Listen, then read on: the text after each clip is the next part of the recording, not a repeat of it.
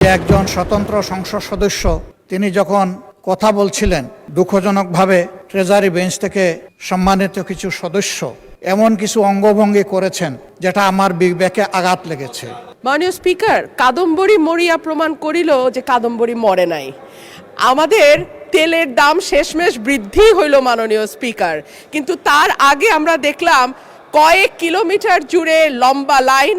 আমরা দেখলাম মাঝরাত পর্যন্ত ড্রাইভাররা দাঁড়িয়ে আছে, তারা তেল পাচ্ছে না, কিন্তু সরকারের সেই ব্যাপারে কোনো হেলদোল নাই।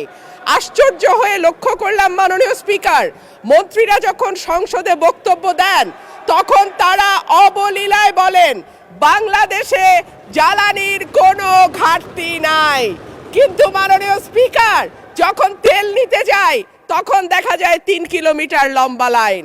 মাননীয় স্পিকার, সরকার সম্ভবত কিছু পদক্ষেপ গ্রহণ করবার ঘোষণা দিয়েছে।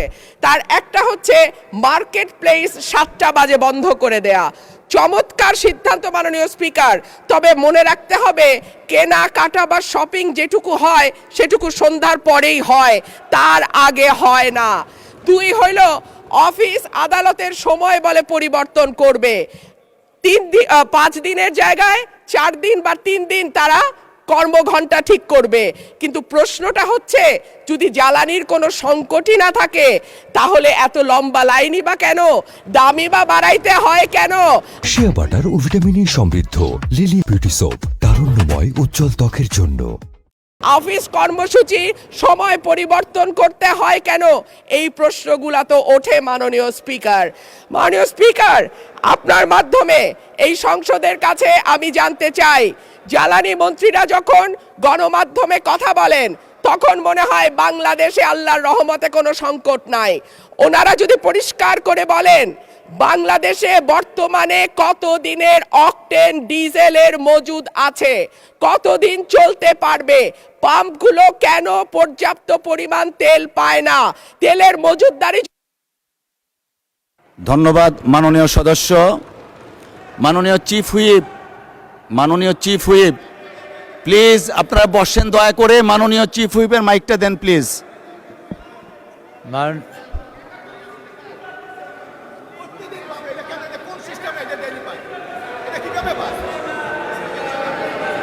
মাননীয় বিরোধী দলীয় নেতা, এই সংসদ দেশের সর্বোচ্চ সম্মানের জায়গা।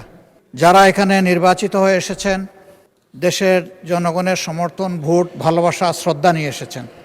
আমরা সকল সদস্যের প্রতি শ্রদ্ধা জানিয়ে বলবো, কোনো সংসদ সদস্য যখন দাঁড়িয়ে কোনো কথা বলবেন তা নিয়ন্ত্রণ অথবা তাকে এলাও করার একক এখতিয়ার হচ্ছে মাননীয় স্পিকারের।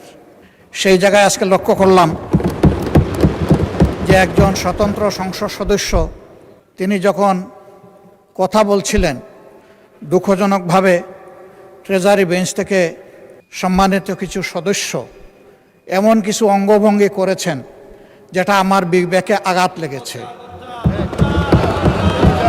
আমি এটা আশা করি না। এমনকি আমি এও লক্ষ্য করলাম, 1 বার 2 বার নয়, 4 বার 5 বার নির্বাচিত হয়ে এই সংসদে যারা এসেছেন তাদের কেউ কেউ এই কাজটা করেছেন। আমি এখানে তাদের নাম বলে আমি নিজে লজ্জা পেতে চাই না।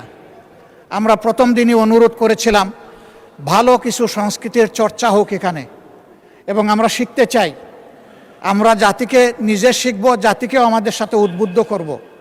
মাননীয় স্পিকার, আজকে 2 বারই লক্ষ্য করলাম যে ট্রেজারি বেঞ্চ যেখানে আপনাকে সবচেয়ে বেশি সহযোগিতা করার কথা, সেখানে আপনি বারবার অনুরোধ করা পক্ষেও তিনারা চালিয়েই যাচ্ছেন। আপনি মাইক দেন নাই, তারপরেও সংসদে কি হচ্ছে আমরা কিছুই বুঝতে পারছি না। আর শেষমেশ যখন